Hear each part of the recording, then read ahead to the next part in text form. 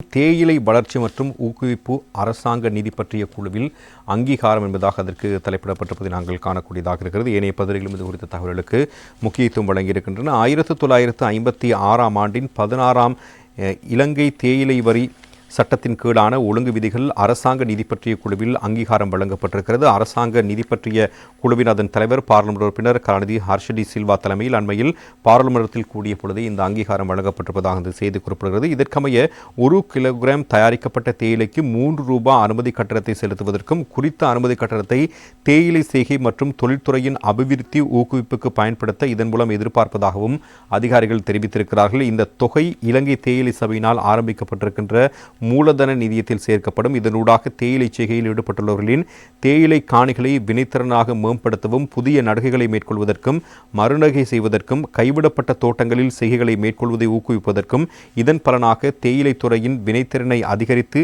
தயாரிப்பின் தரத்தை அதிகரிக்க வாய்ப்பு ஏற்படும் என்றும் தேயிலை சபையினுடைய அதிகாரிகள் மேலும் சுட்டிக்காட்டியிருப்பதாகவே அந்த செய்தி குறிப்பிடுகிறது. தினகரன் பத்திரிகையின் முதற் பக்கத்திலும் அது குறித்த தகவல் ஒன்று வெளியாகி இருக்கிறது.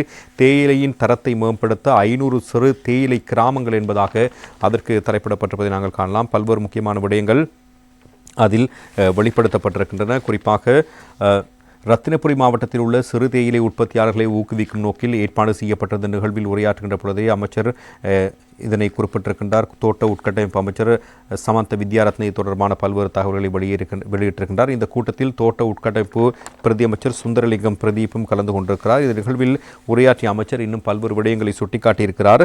தேயிலை தொழில்துறையை முன்னேற்றுவதாக கூறி சர்வதேச நாடுகள் விளம்பரங்களை வெளியிடுவதற்காக கடந்த காலங்களில் மட்டும் 196.5 மில்லியன் ரூபாய் செலவிட்டிருக்கிறது என்பதான விடயம் அதில் வெளிப்படுத்தப்பட்டிருக்கிறது. தினகரன் பத்திரிகை முதற் பக்கத்தில் அந்த செய்தியை தந்திருக்கிறது.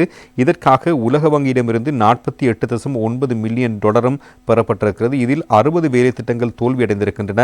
இந்த திட்டங்களுக்காக முன்னாள் அமைச்சர் தயா கமகேவின் மனைவி, லக்ஷ்மண் செனவிரத்தினுடைய மகன் மற்றும் சாலிய திசாநாயக்கினுடைய மனைவி ஆகியோர் பணத்தை பெற்றுக் கொண்டிருக்கிறார்கள். இந்த விவகாரம் தொடர்பாக கடுமையான சட்ட நடவடிக்கைகள் எடுக்கப்படும்.